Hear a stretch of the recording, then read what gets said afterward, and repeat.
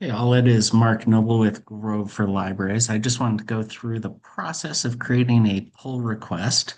It's just information we've had requested quite a bit. So I'm here in GitHub Desktop, which is just the tool that I'm using to interact with GitHub.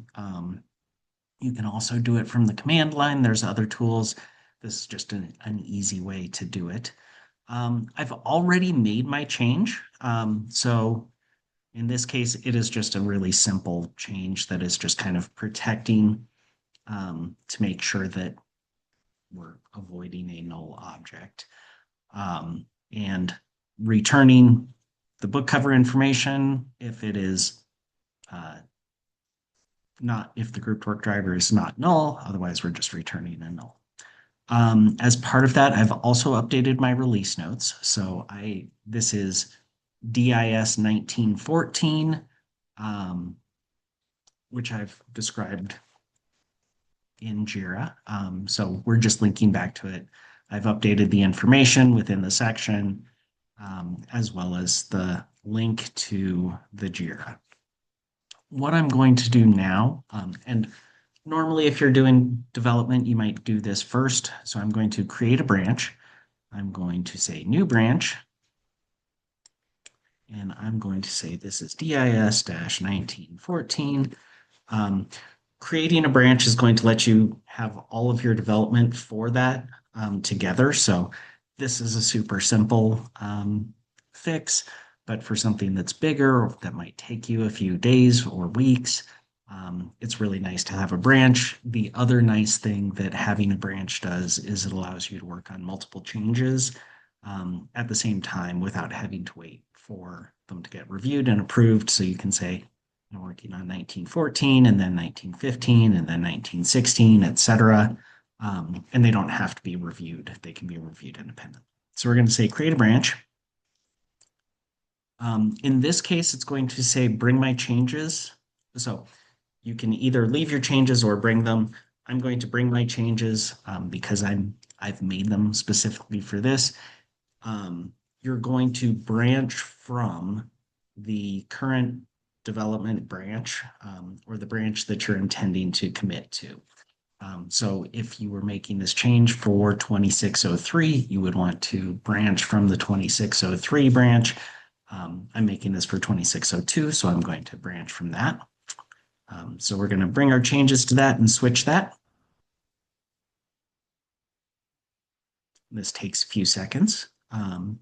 Great. So that is all set. And now I can put in information about this. So this is DIS 1914. And then I'm essentially going to repeat that information. So it's just giving it a title, some additional information. You may have additional description. Most of the time, our testing information is going into Jira. So you don't necessarily need to provide paragraphs and paragraphs of information just on the pull request. Make sure that goes in Jira with all of the testing information, et cetera. So we're going to commit this, and then we can publish it.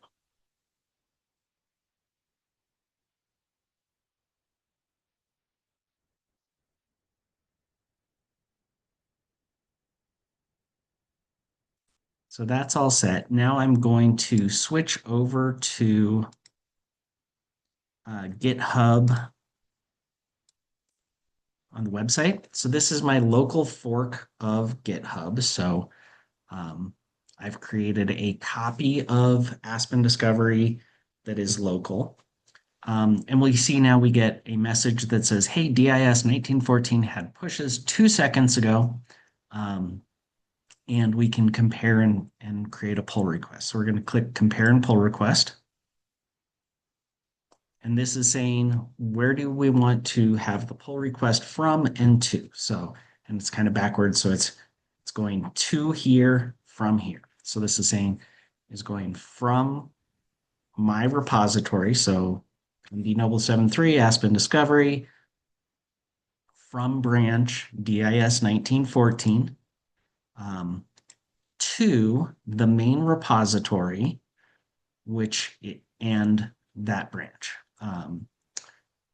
So we're going to just clean this up. Um, and we're going to create our pull request.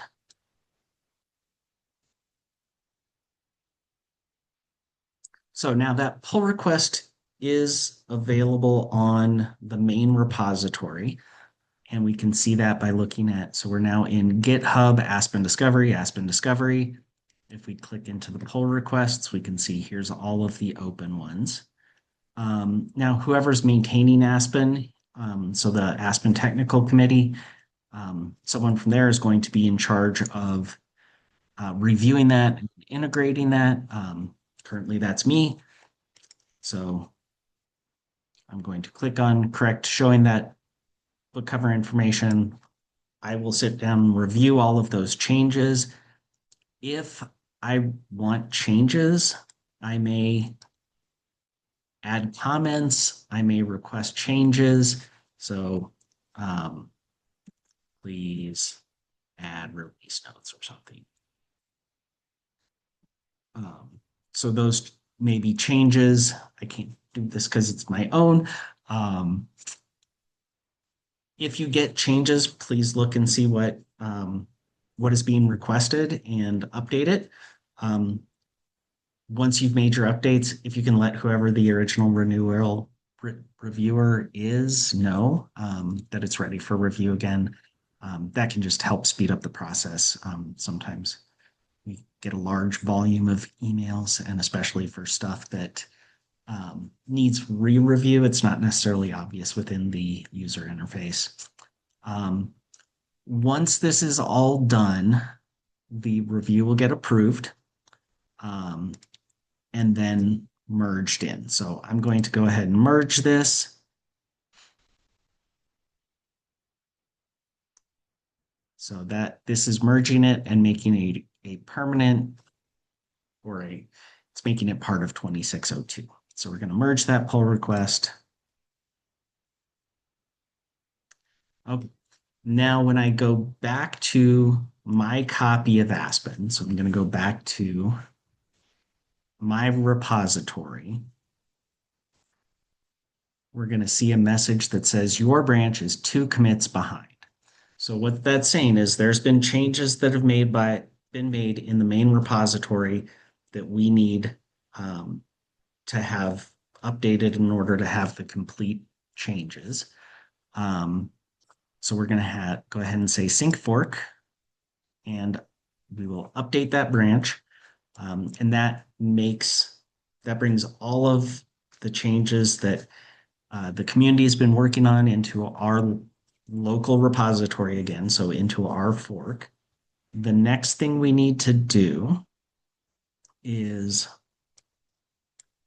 if we go back to GitHub Desktop, we're going to switch back to the main branch now. So we're going to go back to 2602.